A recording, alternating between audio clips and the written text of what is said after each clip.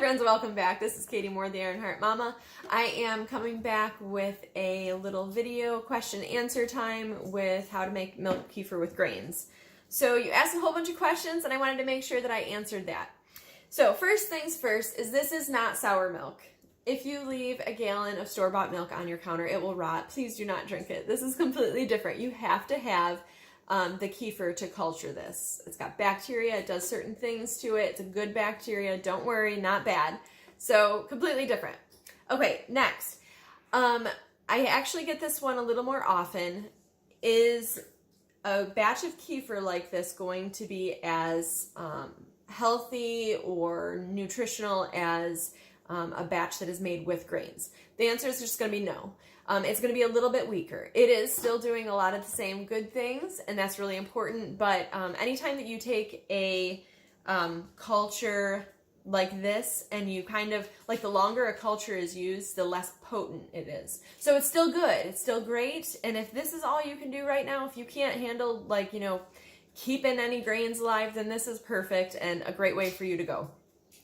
If you have the time to do grains and the energy and you don't kill them like every few weeks, then go ahead, grab those grains, and that's the most potent way to do this. But also, say you need to take a rest from your grains, you can store them with some fresh milk in the fridge, let them kind of rest for a little bit, and use a culture that you had just to do the same method that we're doing here. So totally possible.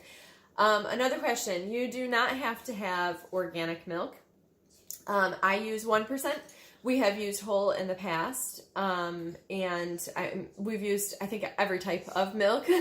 We've used every type. We've done raw as well, and so you can use raw milk, you can use organic milk, whatever it is. Just, you know, you are using store-bought milk. You're not heating it up to a certain point, so just, you know, recognize, not a doctor, not a scientist.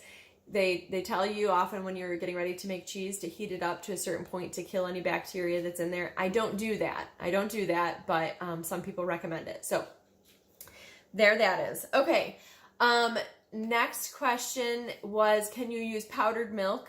Which sort of goes along the same lines. I have not used powdered milk, but I would imagine that it would be very similar. However, because powdered milk is dehydrated, the sugar content is going to be higher. So just once you mix it up and then you put the culture in, you're going to be wanting to taste that a little bit more often, just to make sure that that sugar content just doesn't, like, you know, blow the lid off of your milk or get a little too strong for you. So try powdered and let me know how it works for you if you do that. Ratios, I really am just a dump and go kind of girl, but I generally use about a cup of kefir, you know, store-bought kefir, to a gallon. It doesn't have to be that perfect. It doesn't have to be like that, you know, precise.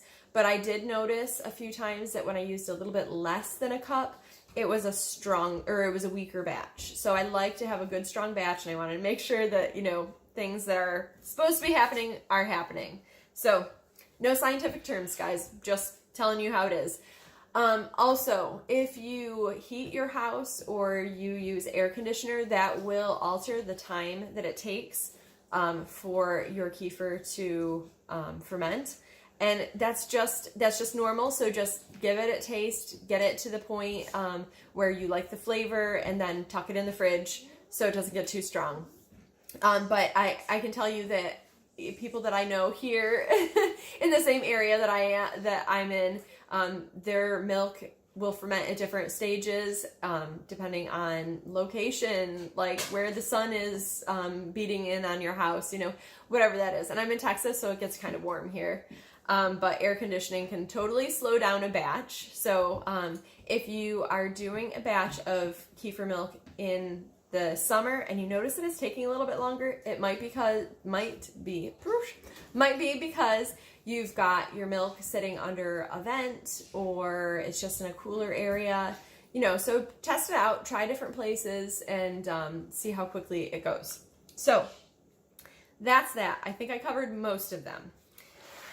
Next is a second ferment. Have you done a second ferment with your kefir? this is really simple for us. This one right here, this nice little green smoothie looking thing, it almost looks like it's gelled up.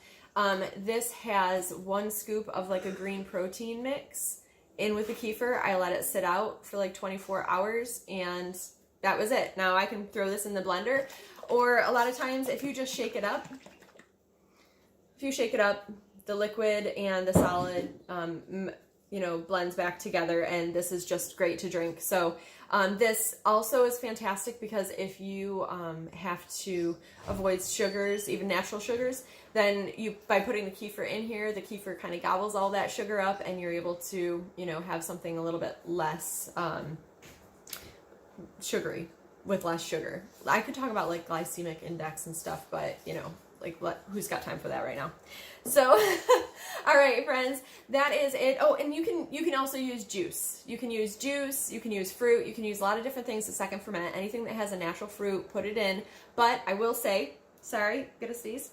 I will say that you just want to be careful that it's not sitting out for too long, because we're culturing a gallon of kefir milk is different than when you put like juice or fruit or, you know, something else that's sugary in it. It'll ferment faster and have a stronger flavor. So this is probably going to be about half the time that you would have your kefir milk out. So, and watch your jars, because all that sugar will make some jars explode. We have had oozing and things. No exploded jars with this, but okay, that's my tip. So if this was helpful, you know, give me a thumbs up, subscribe. I would love to have you here joining me, and we can talk more about fermented and cultured things and taking the easy way out on all of them. If you have questions, leave them below. I'll just keep answering them as I'm able. All right, friends, thanks for joining me.